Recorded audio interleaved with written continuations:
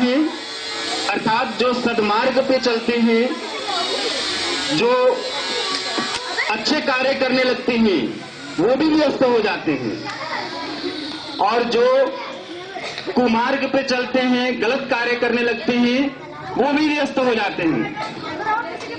अवस्थाएं दोनों की ये होती है कि दोनों व्यस्त तो रहते हैं, पूछने पर बोलते हैं कि मेरे पास समय नहीं है या मैं व्यस्त हूं। पूछने पर क्या कर रहे हैं, वो बोलेंगे अपना काम कर रहे हैं। अब ये आवश्यक, वे अपने आप से परेशान रहते हैं, वे बेचैन रहते हैं। चुराते समय भी ये सोचते हैं कि यदि मुझे पकड़ लिया गया, मेरे टीचर के द्वारा पकड़ लिया जाएगा, तो टीचर क्या कहेगा, या ये कंप्लेन मेरे मम्मी पापा के पास पहुंचेगी तो मेरे मम्मी पापा क्या कहेंगे, ठीक है, या मेरे फ्रेंड्स जो मेरे क्लास में हैं, जो मुझे जानते हैं, उनको पता चलेगा कि मैंने चोरी की है, तो वे लोग क्या कहेंगे। दोस्तों, ये तो चोरी और गलत कार्य की बात है, लेकिन कुछ लोग सही मायने में, जब मैं ये सेमिनार कर रहा हूं या मैं किसी को अच्छी बातें बता रहा हूं, तो सुनने वाला क्या कहेगा।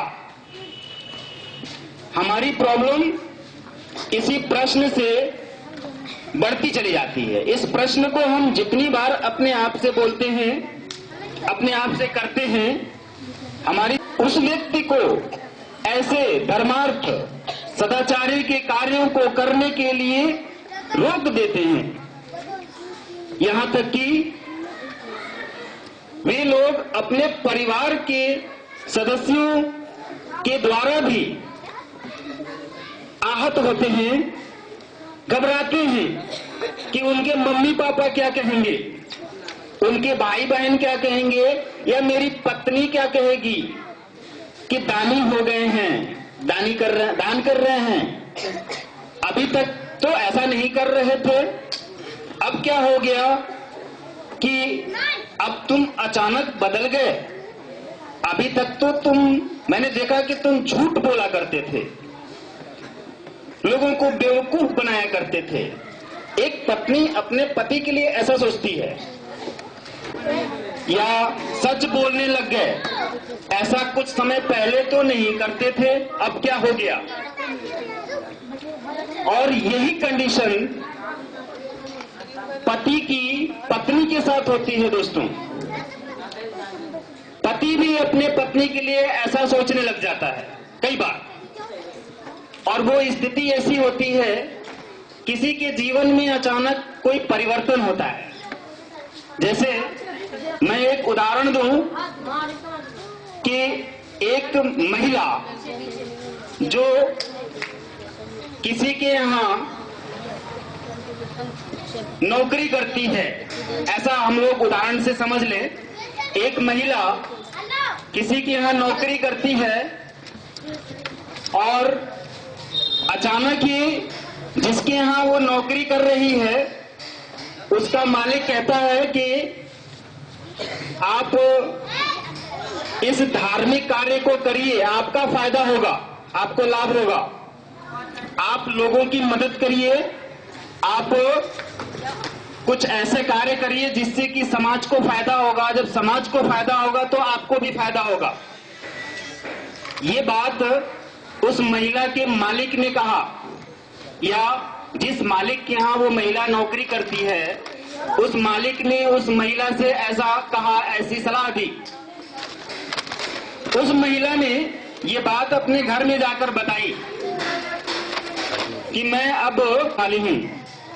तो उसके पति ने क्या कहा, हंसी मजाक में भी कहा या गंभीर होकर कहा कि लगता है तुम थोड़ी पागल हो गई हो या सनक गई हो, अभी तुम्हें क्या हो गया, अच्छी खासी भली थी तुम नॉर्मली काम करती थी, अब अचानक समाज सेवा करने की कैसे धुन? उस महिला के मन में ये प्रश्न उठता है कि दूसरे क्या कहेंगे, लोग क्या कहेंगे, इसलिए वो अच्छे कार्य को करना चाहती है, फिर भी नहीं कर पाती है, रोक देती है।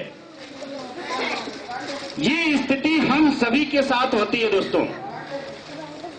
ऐसी स्थिति से हम लगभग सभी लोग गुजरते हैं और इसीलिए हम अपना पूर्ण विकास नहीं कर पाते हैं। हम अपने आप को उठा नहीं पाते हैं, अपने ही प्रश्नों से हम दबे रह जाते हैं, रुके रह जाते हैं। ऐसी स्थिति मेरे भी जीवन में आई थी। सच में मैं बहुत मन ही मन सोचा करता था कि मैं जब इस तरह का काम करने के लिए आगे बढ़ूंगा तो मेरे परिवार के लोग मुझे क्या कहेंगे, कि आपके अपने परिवार के सदस्य भी। क्यों? क्योंकि हर सदस्य, हर व्यक्ति अपने कार्य में व्यस्त है। इसलिए नहीं कि आपकी बात खराब है या आपकी बात व्यर्थ है या आपकी बात गलत है, इसलिए नहीं, इसलिए कि वे अपने कार्य में व्यस्त हैं, उनको अपने कार्य से फुर्सत नहीं है, तो आपकी बात कौन सुनने के लिए आए? ऐसी स्थिति में आपकी बात कौन सुनेगा? वो यहां बताया जा रहा है कि आपकी बात इस संसार में यदि कोई सुन, और डायरी उठाइए, उसमें आप अपने दिल की बात लिख डालें। जब आप अपने दिल की बात उसमें लिख देंगे तो डायरी आपको मना नहीं करेगी कि मुझ में तुम क्यों लिखते हो, मेरे पास तो किताबें या कॉपियां या पेन आपको रोकते हैं, मना करते हैं, या कुछ भी उसमें लिखते हैं तो कभी आज तक किसी कॉपी ने, किसी पेन ने आपको रोका है कि मुझसे मत लिखो, मुझ में मत लिखो या मुझसे मत कहो? आप उसमें लिखो मत, आप उस डायरी में कहो, डायरी से कहो, पेन के माध्यम से अपने दिल की बात को उस डायरी में लिख दो और कहो कि तुम ही मेरे सच्चे मित्र हो। या तो कोई आपका ऐसा मित्र हो जो सचमुच आपको समझता हो, आपको महत्व देता हो, आपको जानता हो, तो आप उसे बैठाकर 1 घंटे, 2 घंटे, 4 घंटे, 10 घंटे अपने दिल की बात बताएं, लेकिन वो हवा में रह जाएगी दोस्तों।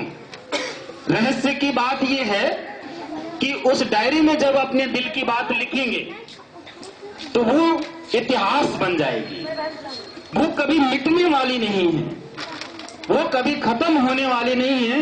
यदि वो खो न गई, जो लिख दिया वो इतिहास है। आप जो भी लिखते हैं अपने मन के विचारों को किसी भी रूप में जब डायरी में लिखते हैं दोस्तों, तब वो लेखनी इतिहास बनती है। आप इतिहास की रचना कर रहे होते हैं।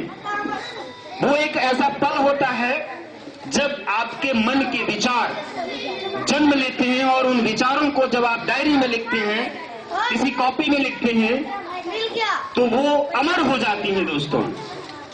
लेकिन जब आप अपने विचारों को किसी से कहते हैं तो वो हवा में चली जाती हैं दोस्तों। उसकी गारंटी नहीं है कि अभी 1 मिनट पहले जो आपने बोला, क्या बोला, आप दोबारा उसको सेम रिपीट नहीं कर सकते। लेकिन डायरी में जब आप लिखते हैं तो उसे दोबारा सेम उसी तरह से पढ़ सकते हैं। जितनी बार चाहें आप उसे पढ़ सकते हैं, और जितनी बार पढ़ेंगे आप उतनी बार आपके ही विचारों से आपको शक्ति मिलेगी, आपको नॉलेज प्राप्त होगी, आपको मार्ग मिलेगा और आपको पता चलेगा कि 1 घंटे पहले, 1 दिन पहले, 10 दिन पहले आपके मन में किस तरह के विचार चल रहे थे। और उन विचारों को आप पढ़ के अपने पिछले दिनों को याद करके एक निष्कर्ष निकाल सकते हैं, एक रास्ता निकाल सकते हैं, एक मार्ग बना सकते हैं और अपने लक्ष्य की प्राप्ति के लिए उसमें से तरीके प्राप्त कर सकते हैं दोस्तों। आपको अपने विचारों आप लिखिए। वो डायरी ये नहीं कहेगी कि लोग क्या कहेंगे। आपको किसी से सलाह भी लेने की आवश्यकता नहीं, आपको किसी के पास परामर्श लेने के लिए जाने की आवश्यकता नहीं। आप अपनी डायरी को सलाहकार मान लीजिए, उसको काउंसलर मान लीजिए, उसको परामर्शदाता मान लीजिए, उस डायरी को अपना गुरु मान लीजिए, उस डायरी को अपना सच्चा मित्र मान लीजिए। उस डायरी को आप जो चाहें वो मान लीजिए। वो डायरी आपके सामने उसी रूप में प्रस्तुत होगी दोस्तों। उस डायरी में अपने मन की किसी भी तरीके की बात को लिख दीजिए।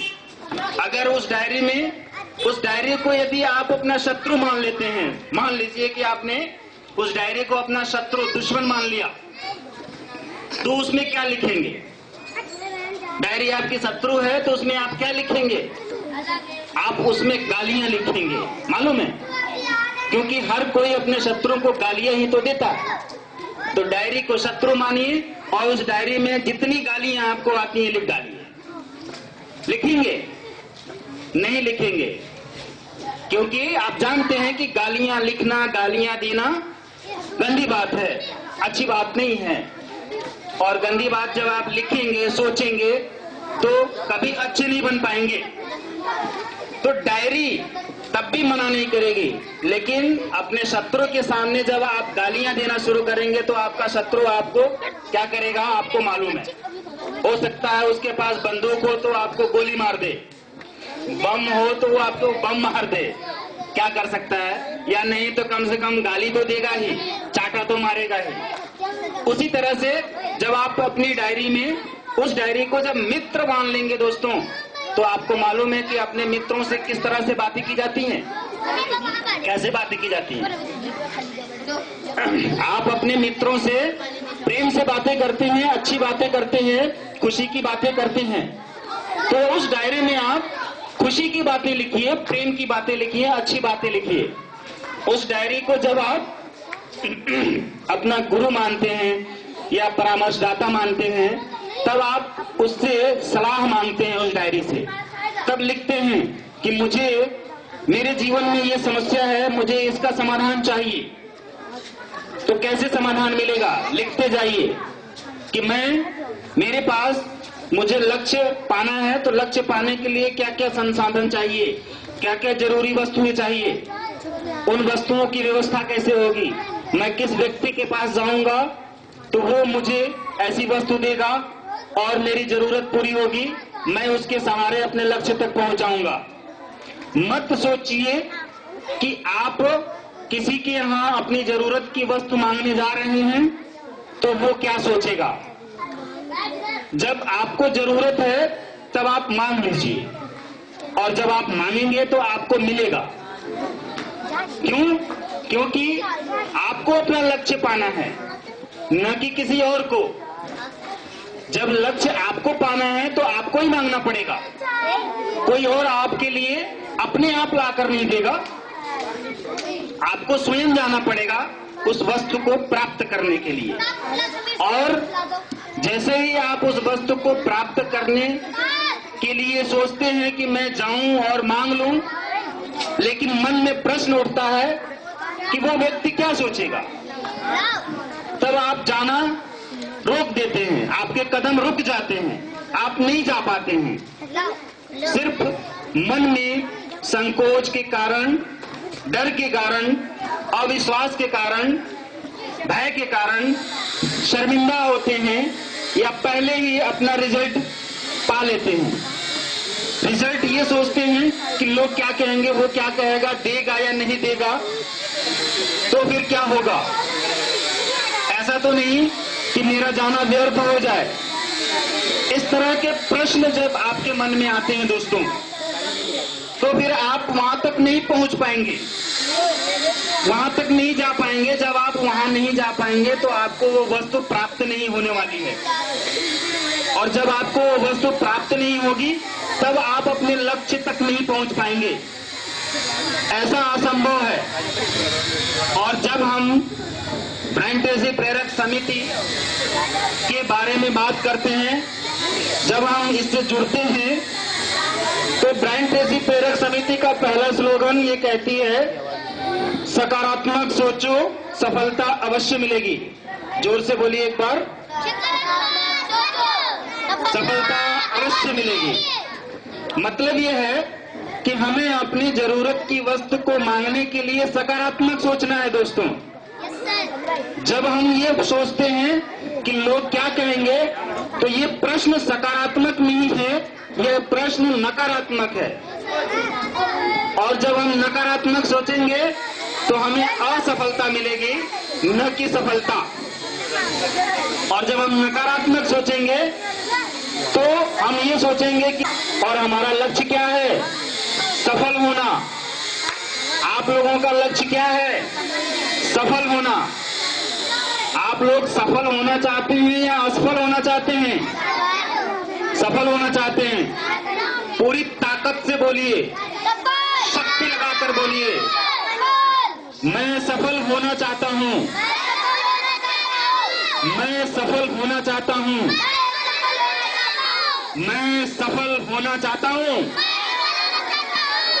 जब आप सब और हम सब सफल होना चाहते हैं तो हमें सकारात्मक सोचना है। सकारात्मक मतलब कि मैं इस कार्य को कर सकता हूं, बिल्कुल कर सकता हूं। जैसे कि ये प्रश्न आए कि लोग क्या कहेंगे, तब इस प्रश्न को मत सोचिए कि लोग क्या कहेंगे। आप ये सोचिए कि लोग तो कुछ कहेंगे, कुछ तो लोग कहेंगे। हमारे बीच में नारायण सर उपस्थित हैं और इसी पर एक गीत है। गीत इस फिल्म का है, अमर प्रेम फिल्म का है गीत ये, और मिस्टर राजेश खन्ना और शर्मिला टैगोर के द्वारा ये फिल्माया गया है। और उसमें यही गीत है कि लोग क्या कहेंगे, कुछ तो लोग कहेंगे। और उसके आगे जो लाइनें हैं वो हमारे नारायण सर गाकर सुनाएंगे आप लोगों को। जितना भी इनको पता होगा, पूरा पता होगा या आधा, तो उसे आप लोग सुनिए कि इस गीत में क्या कहा गया है। जो ये सब्जेक्ट है, इस सब्जेक्ट का पूरा अर्थ इस गाने में आपको मिलेगा। तो गाने के द्वारा इस सब्जेक्ट के अर्थ को समझने की कोशिश करते हैं नारायण सर। जोरदार तालियां। लोगों का काम है कहना, छोड़ो बेकार की बातों में, कहीं बीत न जाए रहना। कुछ तो लोग कहेंगे, लोगों का काम है कहना। कुछ रीत जगत की ऐसी है, हर एक सुबह की शाम हुई। तू कुछ रीत जगत की ऐसी है, हर एक सुबह की शाम हुई। तू कौन है, तेरा नाम है क्या, सीता भी यहाँ बदनाम हुई। फिर क्यों संसार की बातों पे भर आए तेरे नैना। कुछ तो लोग कहेंगे, लोगों का काम है कहना। हमको जो आने देते हैं, हम खोए हैं इन रंग रलियों में। हमको जो आने देते हैं, हम खोए हैं इन रंग रलियों में। मैंने छुप छुप कर उनको भी